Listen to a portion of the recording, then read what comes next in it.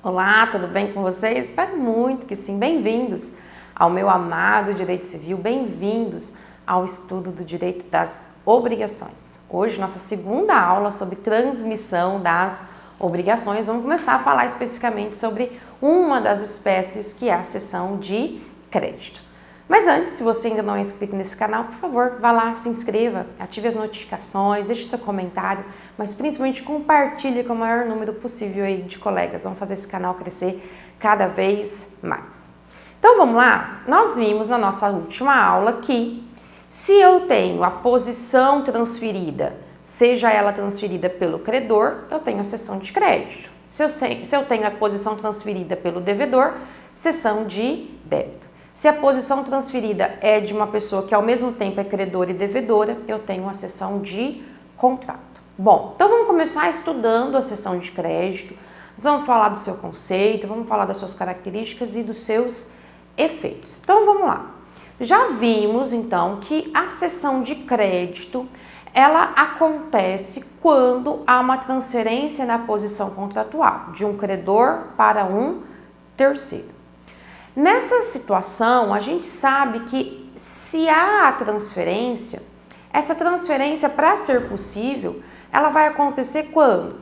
Quando do instante da formação da obrigação e do instante do pagamento da obrigação tenha um lapso de tempo. Porque se eu assumir a obrigação para ser cumprida instantaneamente, em regra não dá nem tempo de transmitir essa obrigação para outra pessoa. Então a transmissão geralmente acontece nas relações obrigacionais em que entre o momento do pagamento e o momento, então, aqui da formação, exista um período, mesmo que curto. Bom, esse credor, no momento da formação da obrigação, ele está ciente de que ele tem um direito de receber algo, ele convenciona essa relação obrigacional de forma consciente, porém, no meio do caminho, ele resolve abandonar aí a sua posição contratual. Então, vamos lá? Olha só. Então, eu tenho um momento da formação da obrigação, dia 10 de janeiro de 2021, em que esse devedor assume a obrigação de pagar R$150 a este credor no dia 10 de janeiro de 2022. Porém, no meio do caminho, porque esse credor, aquele credor que estava aqui, quis, por escolha dele, exercício da autonomia da vontade dele, ele resolve então transferir a sua posição contratual para um novo credor. Percebam que essa terceira pessoa, ela não participava da relação obrigacional.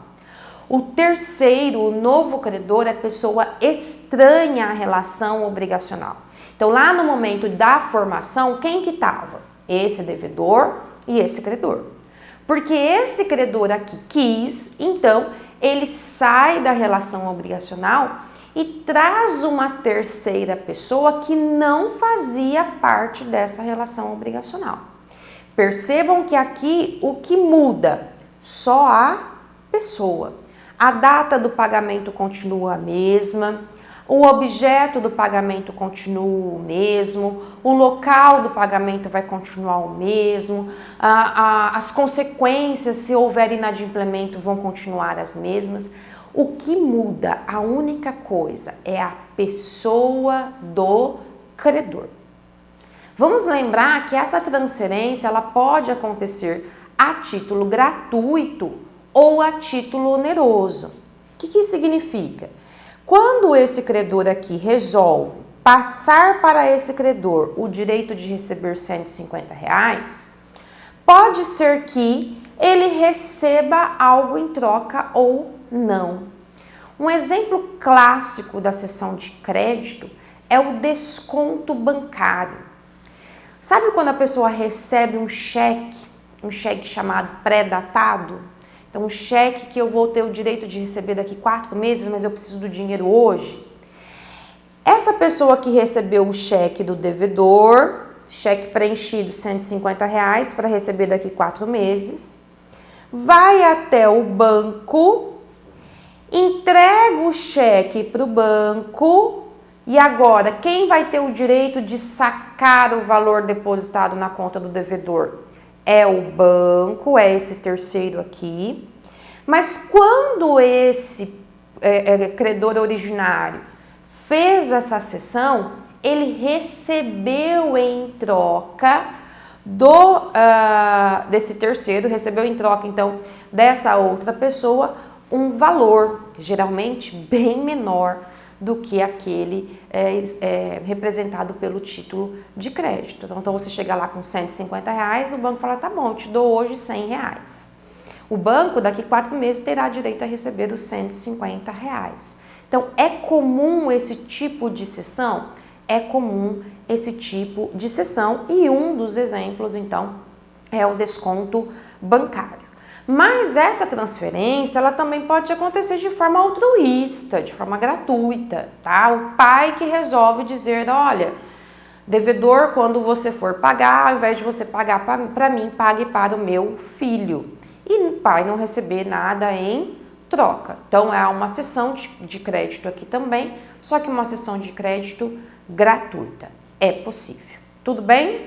Bom, quem são os sujeitos na cessão de crédito? Eles possuem nomes próprios e agora, a partir desse momento, a gente vai identificá-los dessa forma. Então, nós temos a primeira figura, que é o cedente. Cedente é aquele que originariamente era o credor, mas que por vontade dele resolve ceder o seu crédito ao terceiro, estranho à relação obrigacional, chamado então de cessionário. O cessionário é o terceiro que não participava da relação obrigacional, mas que a partir desse momento terá direito de receber o crédito. E temos o abandonado, né? O cedido, é aquele abandonado pelo cedente. E eu digo abandonado porque o cedido não precisa participar dessa relação entre o cedente e o cessionário. Isso mesmo. O cedido, ele não precisa concordar com isso aqui. Porque para o cedido, pouco importa no tamanho do dever dele, no tamanho do ônus dele, se ele vai pagar para A ou para B. Se ele tem a obrigação de pagar R$150, R$150 para A ou R$150 para B, está do mesmo tamanho. Então, na cessão de crédito, não há necessidade de que o cedente e o cessionário peçam permissão para o cedido, para que o cedido concorde ou não com a cessão de crédito. A gente vai ver que é claro que ele precisa ser comunicado, até para que ele pague e pague a pessoa correta. Mas na cessão de crédito não se exige a anuência do cedido. Simplesmente basta a sua comunicação. Bom, quais são os requisitos que se exige para a cessão de crédito? Primeira coisa, basta o acordo de vontades, é uma relação obrigacional, uma relação entre cedente e cessionário, que não se exige entrega efetiva da coisa ou alguma formalidade. Não, basta então ali o acordo de vontades. A gente vai ver que se exige uma forma especial, mas para que valha entre as partes, se elas então concordarem, então existe um valor, existe uma validade. Bom, com relação ao objeto, o que pode ser cedido? Então, eu assumi a obrigação de dar, eu assumi a obrigação de fazer, eu assumi a obrigação de não fazer. Aquele que tem o direito de receber essa obrigação pode ceder? Pode. O que? Tudo. Basicamente, todo crédito pode ser cedido, tá? Então, se eu tenho o direito de receber uma casa, eu posso ceder. Se eu tenho o direito de receber um carro, eu posso ceder. Se eu tenho o direito de receber R$10.000, eu posso ceder. Então, praticamente todo e qualquer crédito, direito de crédito, pode ser cedido a um terceiro. Mais um detalhe, esse crédito, ele pode estar vencido ou não. Então, no exemplo do desconto bancário, geralmente, quando a pessoa leva o título de crédito para ser descontado no banco, o crédito ainda não está vencido. Na verdade, eu até levo Porque eu não posso esperar o vencimento da obrigação. O vencimento da obrigação está muito longe, eu preciso de dinheiro agora. Então eu já faço a cessão mesmo não havendo o vencimento do crédito. Às vezes o crédito já venceu, inclusive a pessoa tinha que ter pago e não pagou. E eu não posso ficar esperando ele resolver me pagar, eu não posso esperar o resultado de uma ação de cobrança, por exemplo, uma execução, por exemplo. Então eu já procuro alguém, procuro um terceiro e digo, olha, pega esse crédito para você, me dê algo em troca mesmo com um valor menor, mas você aí prossegue com a cobrança extrajudicial ou judicial desse crédito. Então é possível também a cessão do crédito mesmo após o vencimento da obrigação.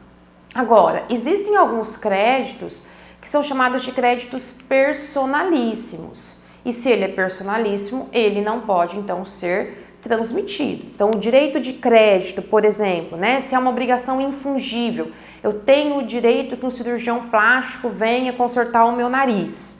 Então, não pode, claro, que esse cirurgião plástico ou que eu ceda esse crédito para uma outra pessoa, porque talvez o que o cirurgião plástico ia fazer no meu nariz não seja a mesma coisa que ele faça no nariz de outra pessoa. O cirurgião plástico ele pode se recusar, né, inclusive, a cumprir com essa obrigação, porque o que serve para um não serve para o outro, né? A obrigação assumida de fazer uma cirurgia reparatória, né? Por exemplo, eu vou lá para fazer um botox, aí eu transfiro o meu direito de crédito para uma pessoa ir lá fazer uma cirurgia para reparação acerca de uma cicatriz, por exemplo. Então, são situações, são créditos muito personalíssimos que não podem ser transmitidos. Existem alguns outros créditos que também são chamados de créditos personalíssimos. Por quê? Porque eles recaem especificamente sobre a pessoa. Exemplo, benefício da assistência judiciária gratuita. A gente sabe que a lei 1060/50, ela concede às pessoas pobres o direito, então, de terem acesso gratuito à justiça. Eu não posso, por exemplo, se eu sou beneficiária, se eu me encaixo nos requisitos da lei e eu não exerço porque eu não entro com nenhuma ação, eu não posso pegar esse meu direito de crédito, esse meu direito de benefício e dar para outra pessoa que não se encaixa nessa situação. Um outro exemplo é uma pessoa, por exemplo, que surgiu ou que teve ali, né, algum problema decorrente de um acidente de trabalho e vai receber uma indenização decorrente desse acidente de trabalho. Eu não posso ceder esse crédito para outra pessoa. Olha, lá naquela ação eu vou ter direito a receber uma indenização porque eu me machuquei, então eu vou transferir para você. Entra lá naquela ação, você que vai receber. É claro que isso também não é possível. Então, quando se trata de crédito personalíssimo, não pode haver cessão de crédito.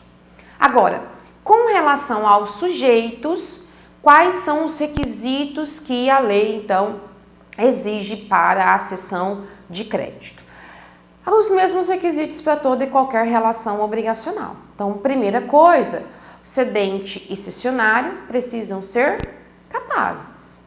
Se eles são incapazes, então eles precisam estar representados ou assistidos. Então, se o cedente é incapaz e não está nem representado nem assistido, quer dizer que a relação obrigacional já é nula, né? Se ele fizer uma cessão, óbvio que também será nula. Então, se ele é representado ou assistido naquela relação obrigacional, para ele ceder, ele também precisa estar representado ou assistido. Além disso, o cedente, para ser cedente, ele só pode ser cedente quando ele for credor. Então, eu só posso ceder se eu realmente for o detentor do crédito. Se eu não tenho um direito de crédito, como é que eu vou ceder esse crédito? Parece bobo, mas é bastante importante, que é a chamada legitimação. Então, para ceder um crédito, eu preciso ser a credora.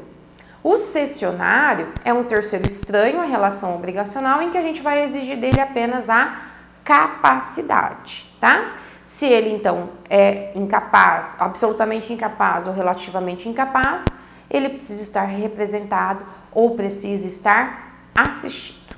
Tudo bem, pessoal? Então, nesse primeiro momento, vimos aqui conceito da cessão de crédito, algumas características e os requisitos exigidos para essa primeira modalidade de transferência das obrigações. Temos muito a falar ainda sobre cessão de crédito e eu espero vocês na nossa próxima aula. Espero que vocês fiquem bem, fiquem com Deus e até lá!